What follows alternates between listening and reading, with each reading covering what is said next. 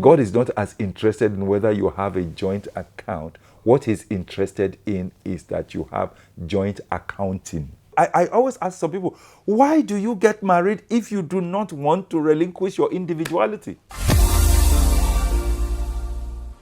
Welcome back.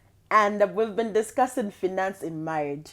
And I know that you've learned something called joint accounting. Okay, if you have missed that part, you need to take your video back to learn what we've discussed about joint accounting. So, Pastor, now, we have a lot of career women working, and they have their spouse to the is working. But I just want to ask you: is it okay for a wife not to contribute financially into the home? Is it okay? Just a lot of times, just simple common sense. Is it okay to be a part of an organization and you're not contributing to that organization? Does that make sense? Is it okay for you to be a part of a church and you're not contributing to that church? Is it okay for you to be a part of a country and you're not contributing to that country? Why would you want to be a part of anything that you are not contributing to? Then you are not a part of it. True. You have to contribute if you're a part of it. You see, so when you come into marriage, it's your marriage. You're building a team. So why would you not want to contribute to it? Why on earth? How does that even work? So what are you there for? You see, the Bible says something. It says it's more blessed to give than to receive. So you are not you're not giving, and you are just a receive. You know what happens to waters that receive and don't give? They become stagnant, mold and algae, and then after a while they don't sustain life. True. So for something to flow, it has to flourish. It has to be given. So it doesn't make sense for anybody to be a part of. Now, maybe what we need to ask is, how does a woman find herself in a place where she doesn't want to contribute to her marriage? Is it because she's been in an abusive relationship? Is it because the husband is taking the resources and going to put it somewhere else, or giving it to another woman, or his parents without her, or family, or whatever, or a business that she doesn't? Exactly. So I think that's the problem that we need to address. So it's not a question of whether she should be contributing to the home. It's her home. She has to contribute. If she doesn't contribute, who's going to contribute to it? It's her home, Just like saying, should the man be contributing? No, everybody should be contributing. But I think it's, why are there issues? Why is it that a woman is reluctant or reticent about contributing to the home? I think that has to do with other issues of trust. Which is a different topic. Yes. So it's dealing, if there are those issues, then it's dealing with those issues. It's either getting counseling or checking and finding out where did things go wrong. But if we stick with the Bible model of, therefore shall a man leave his father and his mother and cleave to his wife, and they two are one flesh, then there will be no issue of whether, because once we are one, then I am contributing to that of which I am a part. True. And so there's no issue. True. All True. right, I don't know True. if that exactly. makes sense. Exactly. And but Pastor, a lack of finances in the home builds so many negative things in the house.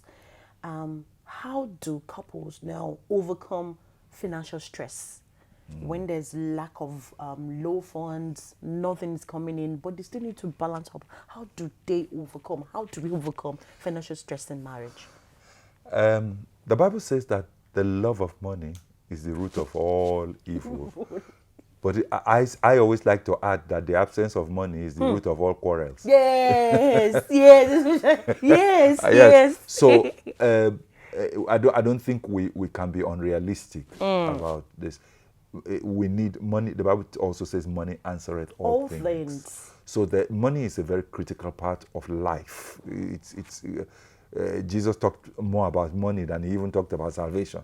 But the issue is, money has to be put in its right place. So, but I think your question is, what do? We need money. Yeah. All right. So that I don't think that that's a marital problem per se. I think it's a life problem. General. It's a general problem. So what everybody should be doing is looking at how can I maximize my basic or primary income.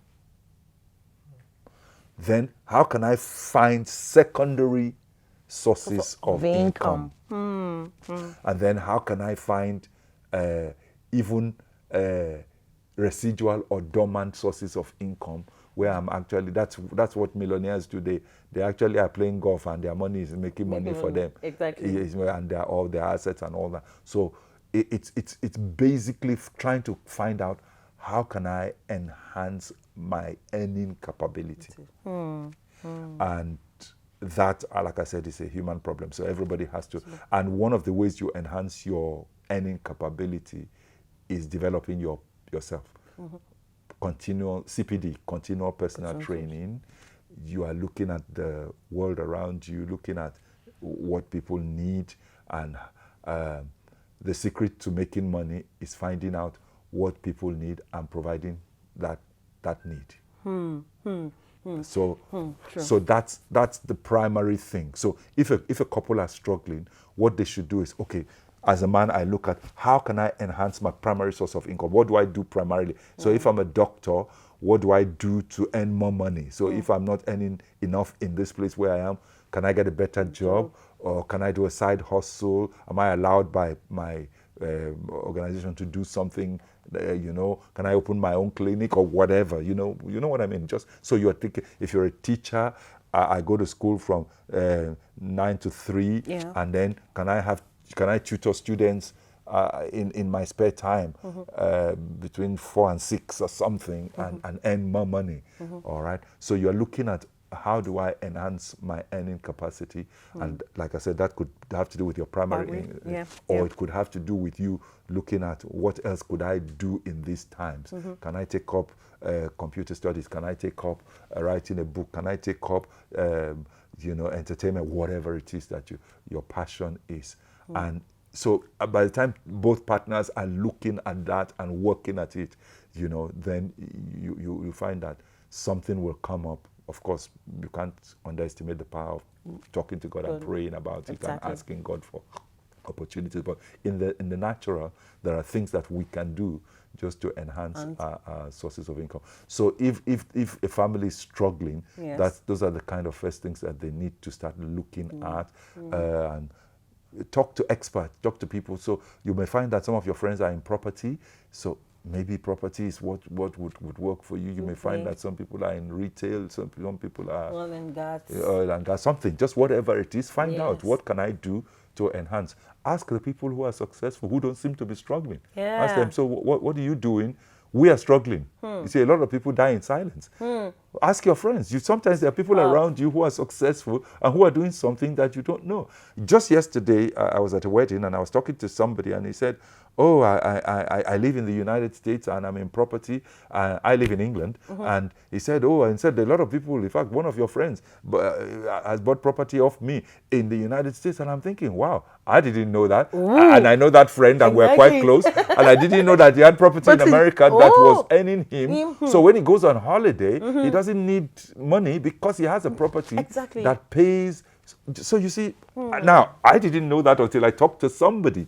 So talk to people around you. Don't suffer in silence, because people know some things you don't know, and you know what some other people don't know. So I think that's the way. But I think a lot of times people don't realize it's a universal problem. True. Nobody has enough money. Millionaires are still complaining that they don't have enough money. So nobody has enough money. But if you look around you and you talk about it and you ask counsel, you will find that there are people around you who can help you enhance your sources of income. True. Yeah. This is still Conversations with Omobola, and we're discussing finance in marriage. Pastor, some spouse now, some couples, they really do not have the strength or the mental capacity to control themselves when the answer to what they need is money and the money is not available. And that sometimes leads to abuse. Lack of finance sometimes leads to abuse, domestic abuse. Now, when that starts happening, what should be the next step to take? I think one of the things that Jesus did very well was he always identified what the cause of a problem is before he tried to solve the problem. A lot of times what we do is we deal with the symptoms and we leave the root. So you see, you have a baby, and if a baby has a temperature, now naturally your the first course of action is to bring that temperature down. So you take a cold compress and a towel and you put it to bring the temperature down. But that's dealing with the symptoms. You're not dealing with the cause. Yes. You want to find out why does the baby have a temperature in the first place, and that's the same thing about life. So when people are struggling in any particular area, you want to find out what is the root cause of that problem first. Why is somebody abusing their spouse? Why would they? Why the person you're supposed to love? Why would you be abusing that person? So you may find out that they have been abused. A lot of abuse is a result of people who abuse have usually been abused. So you may find out that there's a historical record of that person having been abused and that issue has not been dealt with. And so they're carrying scars and they're carrying weights which it eventually, because it hasn't been dealt with, it comes out and it explodes and then it begins to affect the partner. So there's absolutely no excuse for abuse. There's absolutely no excuse for abuse. So where there is abuse, what we always say is, you see, in traditional societies, they always say, it's okay, stay there, it's your husband. It is going to be okay. After all, my own husband used to beat me too, and I look at me, I survived. And that's crazy stuff. No. What needs to happen is where there is abuse, you first of all separate people from the abuser and then start trying to find a solution. So you don't leave the person in the state of abuse while you are trying to find a solution. No. So if a person take them out of the abusive situation. So if there's domestic violence, somebody's being beaten or threatened or being, there's not only physical abuse, there's mental and emotional abuse as well. Yes. So if that is happening, you take the person. That's why governments and in the developed nations, they have refuge centers. They have places where people who have been abused are taken to while they solve the problem. So, and in the church, it must not be any different. Yes. It must be the church. We tolerate a lot of abuse, and that's because we say, we're praying about it. No. While we're praying, you first remove the person from the abuse. I always say to anybody, if you beat my daughter, the first time you beat her is the last time you will beat her. I'll take her out of your purview. Then you will go and get all the help you need. And then when you have been certified fit by the doctors that you have dealt with that issue, or that issue is under control, then we can have a trial back again. So I think my take is that first of all, you take the person who is being abused out of that abusive situation, because we've discovered that over 50 or 57%, I don't remember what the statistics are now, of murders are marriage-related, domestic. It's either husbands killing their wives or wives killing their husbands because of this kind of abusive situations. So it is critical that they are taken out of, and that when there is abuse, people immediately speak out. This again, we talked about speaking out during finances, but in domestic abuse as well, speak out. Speak out. Don't hold it back, and don't let anybody intimidate you into silence. But sometimes the victim can't speak out, really, because they might be threatened by that is true. Exactly. So they feel they're intimidated. So that's why also we around must be able to identify. So if you see somebody who shows signs of abuse or being a victim of abuse, you have to prod a little deeper. And yes, you have to. So they do that in schools. If a child comes to school with a mark and all that, they ask, how did you get With that the mark? yes. And then they make a note. If he comes again the next day with another one, and it's a repeated pattern, how many times do you fall in the bath? So they know True. that something is going on. Yes. So it's pretty much the same thing. If you have a friend and she comes to you, she has a black eye today. What happened? I fell and I hit my face against the. Okay, Pele, I'm sorry about that. And then 2 days or 3 days later, she comes. She has a bump on her head. You know what happened? After first time accident, second time it's a pattern. Exactly. So you now start. What is going on? So. You can talk to me, and then if they won't prod, then go to their family or go to other friends and say, look, something is happening here. Go to their pastor, go to whoever their accountability partners are, and say, something is happening with my friend. She seems to have. So everybody must be alert to and stand up and speak out whenever there is abuse, So, and it is the people who are closest to you. You will know when it's happening with your friend or when it's happening with a child around you, or your. You see, if somebody comes to visit your child, her friend comes to visit her, and she's morose and moody and everything, you begin you see the signs. So. Yes, exactly. This is still Conversations with Omobola, and you can see that we moved into domestic violence, domestic abuse. Pastor O, once we hear about domestic abuse, everybody thinks that the victims are only women. Men, no. But some men have been abused in their marriages. Yeah.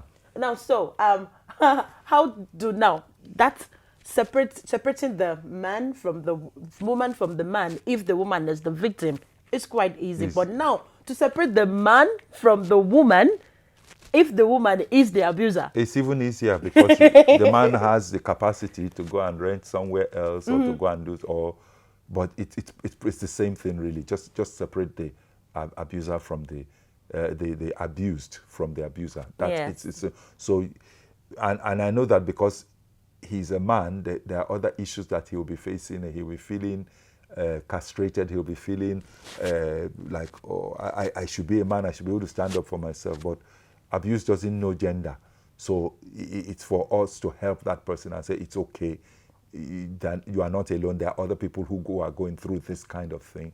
And it's not really important to blame yourself. What is important is to help yourself or get the help that is needed to get you out of that situation. So whether it's a man or a woman. Or a child, because also the children suffer when there's that. And sometimes they are the victims by association. They see their mothers being abused, or they see their fathers being abused, and that can have a psychological effect on them as well. Okay. تابعونا. Keep watching. Keep watching. Keep watching. Keep watching. Keep watching. Keep watching. Keep watching. Keep watching. Keep watching. Keep watching Conversations with Omobola. Please do not miss watching Conversation with Omobola. Keep watching Conversations with Omobola. God bless you.